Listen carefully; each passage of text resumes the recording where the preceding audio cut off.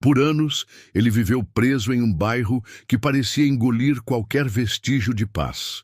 Cresceu ouvindo histórias de violência, presenciando o caos e tentando, a todo custo, se manter distante dos problemas que o cercavam. Mas o verdadeiro inferno não eram apenas os crimes do passado. Era a rotina sufocante, os vizinhos barulhentos, as noites sem sono e a sensação constante de que nunca teria um momento de tranquilidade. Ele sempre sonhou em sair dali. Mas como fugir quando tudo parece te segurar? O destino, no entanto, tinha outros planos, e um acontecimento inesperado seria a faísca que mudaria sua vida para sempre. Você já parou para pensar no que significa realmente viver no caos? Não apenas presenciar o perigo, mas estar cercado por ele todos os dias, sem saída? Hoje eu quero te contar a história do bairro onde moro. Um bairro que há uns 20 ou 30 anos era considerado um dos mais perigosos da cidade. E não é exagero. As ruas aqui eram palco de crimes brutais, de assassinatos cometidos em plena luz do dia. Meus pais, que cresceram nesse lugar, já me relataram cenas que fariam qualquer um perder o sono. Imagine acordar pela manhã, abrir a janela e dar de cara com um corpo estirado no meio da rua.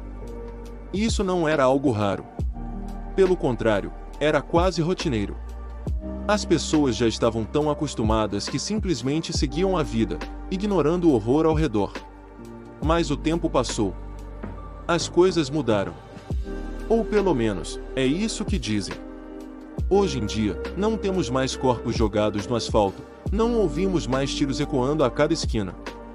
A violência diminuiu, mas isso significa que o inferno acabou? Nem de longe. O verdadeiro pesadelo deste bairro se transformou em outra coisa, algo mais silencioso, mas igualmente sufocante. Aqui, o problema agora não são só os crimes. São as pessoas. Se tem algo pior do que conviver com a violência, é viver cercado por pessoas que fazem questão de tornar sua vida um inferno. Eu cresci nesse bairro, sempre tentando levar minha vida de forma tranquila, sem incomodar ninguém. Mas, por algum motivo, parece que algumas pessoas simplesmente não aceitam isso. Eu e minha família temos vizinhos que nos odeiam. Mas não é por algum desentendimento, por alguma briga. Nada disso. Eles simplesmente decidiram que não gostavam da gente. Sem explicação, sem motivo. E desde então, fazem de tudo para nos provocar. Você já teve um vizinho que parece viver para te perturbar? Pessoas que inventam intrigas, que criam problemas onde não existem. Pois é, essa é a minha realidade. Mas isso nem é o pior. O pior é quando a paz do seu lar é roubada, quando você simplesmente não pode descansar porque alguém decidiu que o mundo precisa ouvir sua música no volume máximo. Isso acontece aqui com uma frequência absurda. Já tentamos resolver de várias formas, já chamamos a polícia, já tentamos conversar, mas nada muda. Eles sempre acham que estão certos, que o problema somos nós. E o pior é que essa cultura do barulho, da falta de respeito, não vem só dos vizinhos. Se você acha que o inferno dos vizinhos barulhentos é o único problema, está muito enganado. Aqui, o caos tomou conta de todas as formas possíveis. O bairro vizinho, por exemplo, teve uma ideia radical para acabar com um problema antigo. Eles proibiram que os motoqueiros fizessem barulho por lá. Sim, colocaram cartazes avisando que quem desse grau de moto levaria uma surra. Resultado? O problema simplesmente veio para cá. Agora, de madrugada, é um verdadeiro desfile de motos acelerando sem parar, com aquele ronco ensurdecedor. O som invade as casas, os prédios, os becos. Você tenta dormir, mas é impossível. E o pior? Se alguém reclama, vira alvo. Porque aqui, quem quer paz é sempre o errado. E essa lógica vale para tudo. As festas clandestinas que duram até o amanhecer, os bailes funks que transformam as ruas em depósitos de lixo e deixam um rastro de destruição por onde passam. Já houve uma época em que sair de casa no final de semana era impensável. Hoje, está um pouco melhor, mas só um pouco. Porque a sensação de estar aprisionado ainda está aqui. E então, surge a pergunta inevitável: por que não sair desse lugar? A verdade é que eu quero. Sempre quis. Mas sempre que falo isso, ouço as mesmas respostas. Ah, mas você que é chato. Isso é normal, você que precisa se acostumar. Você quer viver onde então? No céu. E a cada vez que alguém diz isso, eu percebo quanto as pessoas se conformaram com o inferno. Elas acham que o problema não é o ambiente, mas sim quem não aceita viver nele. E isso me faz pensar, será que sou o único que enxerga a loucura disso tudo? Será que só eu vejo que querer paz não é pedir demais? O tempo passa, e eu vejo que a maior prisão não é o bairro em si. Não são as ruas onde corpos já foram encontrados, não são os becos que testemunharam crimes, nem as motos barulhentas ou os vizinhos infernais. A maior prisão está na mente das pessoas que vivem aqui. Muita gente se acostumou com o caos, aceitou o barulho, a sujeira, a falta de respeito como algo normal. Para elas, querer um pouco de tranquilidade é quase uma afronta. E isso me faz perceber algo assustador. Talvez, a violência brutal que existia há décadas tenha apenas mudado de forma. Antes, ela estava nos assassinatos à luz do dia. Agora, ela está na hostilidade, na falta de empatia, na indiferença ao sofrimento do outro. Antes, o medo era de morrer com uma bala perdida. Hoje, é o medo de enlouquecer dentro de uma prisão invisível. Mas então, algo aconteceu.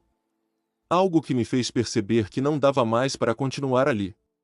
Era um sábado à noite. Mais um daqueles finais de semana onde o bairro se transforma em um campo de guerra sonoro. Música alta, motos acelerando sem parar, gritos, brigas. Até que, do nada, ouvi um estrondo. Um barulho forte, como se algo tivesse sido jogado contra um muro. Olhei pela janela e vi uma briga se formando. No meio dela, um dos vizinhos problemáticos. Em segundos, um dos homens sacou uma arma. Um tiro foi disparado. O som cortou o ar como um trovão, e a multidão entrou em pânico. Meu coração disparou. Foi ali que eu soube. Isso não era mais uma questão de incômodo. Era uma questão de sobrevivência. Na manhã seguinte, tomei minha decisão definitiva. Eu sairia dali, custasse o que custasse.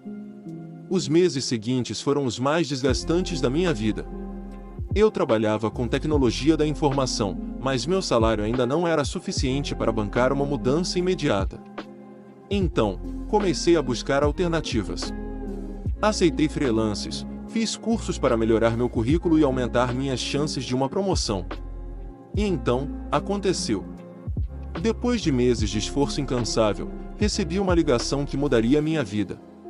Uma grande empresa de tecnologia estava expandindo sua equipe e precisava de profissionais especializados. Passei por todas as etapas do processo seletivo e, quando recebi a confirmação de que fui escolhido para a vaga, não consegui conter a emoção. Finalmente, tinha conseguido. Isso significava que, em poucos meses, eu poderia finalmente deixar esse bairro para trás e levar minha família comigo. A contagem regressiva para a liberdade tinha começado. O dia que eu tanto esperei finalmente chegou. Depois de meses de esforço, sacrifícios e noites mal dormidas, eu e minha família estávamos prontos para deixar aquele bairro para trás. E dessa vez, não era um plano distante ou um sonho inalcançável. Era real. A mudança foi marcada para um sábado. Desde cedo, eu e meus pais estávamos de pé, organizando as últimas caixas, revisando se nada ficaria para trás. Minha mãe, sempre tão forte, tentava esconder a emoção, mas eu percebia no olhar dela um misto de alívio e felicidade. Para ela, essa mudança significava mais do que apenas sair de um bairro ruim. Significava segurança, paz, a chance de viver sem medo do que poderia acontecer na porta de casa. O caminhão de mudança chegou pontualmente. Começamos a carregar os móveis, eletrodomésticos, roupas, memórias de uma vida inteira. Enquanto estávamos saindo havia um sentimento diferente no ar. Não era só uma troca de endereço. Era quase uma libertação. Quando tudo estava pronto, demos uma última olhada na casa. O lugar onde crescemos, onde passamos tantos anos, mas que, ao longo do tempo, se tornou uma prisão. Minha mãe suspirou e, Com um sorriso contido, disse baixinho: agora sim, a gente vai ter paz. Entramos no carro, e enquanto o caminhão seguia na frente, fizemos o trajeto até nosso novo lar. O caminho parecia um filme em câmera lenta. Cada rua que deixávamos para trás carregava lembranças, boas e ruins. Mas, no fim, tudo o que importava era que estávamos seguindo em frente. Nosso destino não era um bairro nobre, daqueles cheios de mansões e carros de luxo. Mas isso nunca foi o nosso objetivo. O que queríamos era um lugar onde pudéssemos viver sem medo, onde pudéssemos dormir sem sermos acordados por tiros ou motos barulhentas. E quando chegamos, eu soube que tínhamos feito a escolha certa. A rua era tranquila. Algumas crianças brincavam na calçada, vizinhos conversavam em tom amigável. Nada de som ensurdecedor, nada de caos. Apenas um bairro simples, mas acolhedor, onde o silêncio da noite era algo natural, e não um luxo inalcançável. Quando entramos na nova casa, minha mãe não segurou as lágrimas. Ela olhou ao redor, tocou as paredes como se quisesse ter certeza de que aquilo era real. E então, disse: parece que agora sim a gente pode respirar. E eu senti o mesmo. Anos de tensão, de insônia, de medo constante começaram a desaparecer ali mesmo, naqueles primeiros momentos do nosso novo lar. Pela primeira vez em muito tempo, eu me permiti sentir alívio. Eu sabia que essa mudança não resolveria todos os problemas da vida, mas com certeza era o primeiro grande passo para um futuro melhor. Naquela noite, dormi como há anos não dormia. Sem precisar colocar fones de ouvido, sem precisar me preocupar com gritos ou barulhos de moto. Apenas o silêncio. A tão sonhada paz. Agora, olhando para trás, ele percebe o quanto suportou até chegar aqui.